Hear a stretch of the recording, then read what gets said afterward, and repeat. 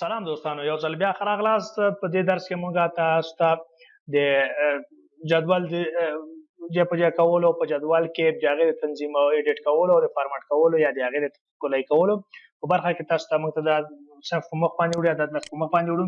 هیله ده چې موږ سره پاتې شئ او له دې درس څخه تاسو خوند واخلئ.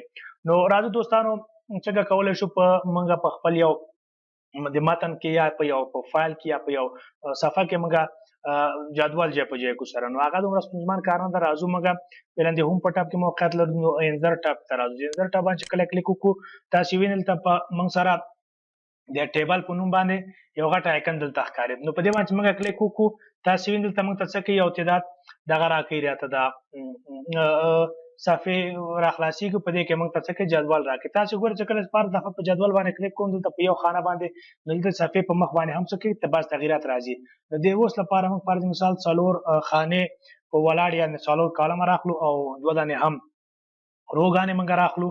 نو دا چې کله راواخلو نو موږ خپل جدول تکمیلوو. نه نو کله چې مو جدول تکمیل کړو دوستانو، اوس راځو دلته موږ سره نو دا ټابونه دلته دوه نور خلاصېږي. او زه ګورم چې په ټیبل کې موجود دلته موږ سره ګورو د ډیزاین او د لیاوټ په نوم باندې دوه اضافه ټابونه راغلي. دا دواړه دي هغه ټابونه دي چې موږ د جدول یا د ټیبل د فارمټ کولو یا د ښکلا ورکولو یا د هغه د تنظیمولو په برخه کې ورڅخه استفاده کوو. که زه د دې کرسر واخلم، بیرون یې کلیک کړم د جدول نه، دا دواړه ټابونه څه کوي، په اتوماتیک ډول ورکې کوي. تاسو وینئ ټابونه لاړل له منځه او په مقاس شکل باندې پټ شول. نو اوس راځو موږ، چون خبره زموږ په ټیبل باندې ده یا په جدول باندې ده، موږ په خپل جدول باندې څه کوو، پوره خپل کار کوو دلته باندې. دلته چې کله موږ راغلو، راځو موږ خپل مکمل چې هر ځای کې موږ ولاړ یو، نو موږ یعنې تاسو فکر وکړئ کرسر چېرته ولاړ دی، زموږ ټول تغییرات په مغز باندې موقع. موږ راځو دلته په جدول باندې کلیک کوو، جدول مو ټول انتخاب کړو، راځو د ډیزاین ټاب ته فرض مثال ډیزاین باندې کار کوو. دلته چې کله راځو موږ دلته موږ سره څه دي، مخکې له مخکې تیار ډیزاین شوي ټیبلونه دي یا جدولونه چې موږ ته دا په لاسرس کې واقع دي. دا تقریبا کافي اندازه دي. ممکن دی کې یو نه یو دانه زموږ تاسو خوښ شي او هغې څخه موږ څنګه وکړو، استفاده وکړو سره. خو موږ راځو فرض مثال یو د دې یو څخه انتخابو، دغه جدول انتخابو. دلته موږ راځو فرض مثال زموږ سناریو داسې یو شی دی چې موږ دلته فرض مثال په لاس کې لرو چې شمېره یا دنده. فرض مثال موږ سره معمولا جدول یا موږ په دې خاطر باندې چې د اشخاصو په هکله موږ معلومات راټول کړو. دلته راځو فرض مثال موږ ورته یو ورکو، یو موږ کریم لیکو، فرض مثال نوم یې کریم دی، پلار نوم یې صابر ده. فرض مثال دا موږ سره نومونه دي مجازي لیکو. دلته دنده هم زموږ سره معلم. اوس راځو موږ دلته غواړو چې بل صفحه دلته ولرو یا بله صفحه یا بل جدول دپاره هم بل شخص دپاره هم یو ولرو. نو راځو په اسانۍ سره موږ کولی شو څه کوو، دلته ګوره کله چې موږ د جدول بغل ته رانږدې شو، دلته موږ څه کوي، یو علامه راښکارېږي. په دې علامه باندې موږ څه کوو، کلیک کوو. چې کلیک کوو موږ ته یو صفحه بله راکوي.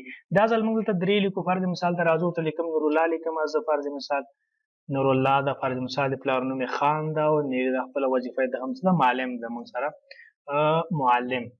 نو اوس موږ ته ضرورت کېږي چې موږ دلته اوس په آخر کې نه په وسط کې څه اضافه کړو. خانم مشکله خبر نه ده، عین شی چې موږ په آخر کې یو خانه اضافه کولی شو، داسې کولی شو په وسط کې هم اضافه کوو. نو چې کله په هر ځای کې چې موږ غواړو هغه ځای کې په کرسر درو، هلته موږ څه کوو، یو خانه څنګه کوو، اضافه کوو. کلیک کوو ورباندې، یو خانه موږ ته څنګه کېږي، اضافه کېږي.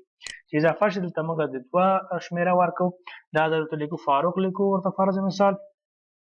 د پلار نوم یې هم سردار ده موږ سره، او دا هم څه ده، وظیفه معلم ده. نو موږ دا جدول تکمیل شو. که چیرې موږ ته ضرورت چې په عمودي شکل باندې موږ کوم کالم ته ضرورت پیدا کړو، فرض مثال دلته راځو هغه باندې کلیک کوو، ستونزه نشته، یا په وسط کې یا په هر ځای کې. په آخر کې زه یو اضافه کوم، ملاحظات تر عنوان لاندې یا د کتنې تر عنوان لاندې ملاحظات لیکم دلته زه ورته. دا زموږ یو ساده جدول چې جوړ شو. نو اوس راځو موږ عین جدول موږ څنګه کوو، په ساده شکل باندې څنګه کوو، تنظیموي. دا باندې کلیک کوو، سره راځو دغه ټولو سټایلونه موږ وایو چې هیڅ سټایل چې دا به یو د موږ نه خوښ نه ده، موږ خپل سټایل په باندې جوړو. دلته چې موږ کله راغلو د ټیبل سټایل ته، ساده جدول موږ سره موجود ده. دلته راځو لومړنی دغه چې موږ سره دې خواته شیډینګ په نوم باندې، شیډینګ په نوم باندې په دې خاطر باندې چې کله موږ د باندې کلیک وکړو دلته موږ ته مختلف رنګونه راکړي. تاسو متوجه یاست چې موږ د ټیبل ته څه کوي، یعنې په کوم سل کې چې موږ ولاړ یو، په کومه خانه کې چې موږ ولاړ د هغې د بیکګراونډ یا د شاته رنګ څنګه کېږي، تغییر او تبدیل کوي راته. که فرض مثال په یو کې ولاړو، یو که ټول موږ انتخاب کړو په دې شکل باندې، د ټولو همزمان موږ ته رنګ تبدیلوي ورته. متوجه یاست تاسو؟ دا به هم زه فرض مثال تغییر کوم ستونزمن کار نه دی په دې شکل باندې. بل دلته د موږ سره د بارډر سټایل په نوم باندې ورته موږ سره سټایل لرو موږ د بارډر لپاره. یعنې دغه خطونه چې کوم د بارډرونو دي بارډر د خطونو ته وایي. دغه خطونه په کوم شکل باندې کوم سټایل باندې په کوم شکل باندې موږ ته وښودل شي. نو په دې کې موږ دغه دوه خطه انتخابو. دوه خطه چې کله انتخاب کړو نو راځو دلته څه کوو موږ په دوه خطه کې دلته بیا نور انواع نور هم دي دلته موږ تاسې وینئ تقریبا ډېر زیات بارډرونه موږ دلته لرو. یو بارډر فرض مثال موږ دا انتخابو په دې کې موږ ګورو دلته سایز یې اخلو چې کوم سایز ګوره دا سایزونه دي غټ ده وړوکی ده. بیا بعد د هغې چې دا کله انتخاب شو اتومات تاسې وینئ دلته دی دا قلم یا بارډر پینټر چې کوم دی دا اتومات انتخابېږي. دا چې کله موږ راوړو ګوره دلته موږ سره انتخاب ده په دغه کې په کرسر کې. دلته موږ غواړو دغه خط په هغه حالت چې دغه بارډر چې موږ کوم ډیزاین خوښ کړی دا په دې خط باندې موږ څنګه کوو تطبیق کوو. نو په یو کونج باندې کلیک کوو ورته راځو ته د بل سره پورې ګورئ اتومات دلته بلاک چې دلته راورسېدو خوشې کوي چې خوشې کوو اتومات دا څنګه کېږي په همغه سټایل په دې باندې تطبیقېږي. راځو دلته تر دې سره پورې د باندې هم تطبیق کوو برعکس راځو د بل سر نه د بل سر پورې.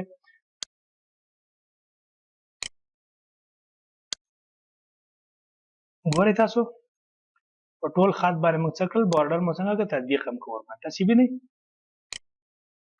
داسې راځو فرض مثال او که په یو باندې ډایرکټ کلیک کوو په یو خط باندې تاسې وینئ همغه یو باندې تطبیقېږي بیل بیل خط راوړه کلیک کوو ورباندې په هر خط باندې چې درېږي همغه ته کلیک کوو ورباندې مشکل حلېږي. غواړو که ټول خط تنظیم کړو ټول خط موږ څنګه کوو کاشوي او سر کې کلیک کوو تر اخر پورې چې موږ کاش کړو کلیک یې خوشې کوو دا ټول څنګه کېږي موږ ته انتخابېږي دلته بدون د کوم ستونزې نه. نو دا هم ټیبل په برخه کې د سټایلینګ او د ډیزاین په برخه کې دا ګوره موږ یو ښکلی ټیبل ځانته جوړ کړو. تاسو کولی شئ مختلف ټیبلونه ځانته جوړ کړئ. بل راځو دلته دوستانو کله چې د باندې کلیک وکړم دا پوینټر خوشې کېږي موږ پوینټر عادي حالت ته تبدیلېږي. دا به کله چې باندې کلیک ګوره پوینټر مو فرق کوي دلته پکې تاسې وینئ کله په ده باندې کلیک کوم دا ساحه هم توره ده اوس چې کلیک کوم ساحه سپینېږي نو پوینټر مو خوشې کوي.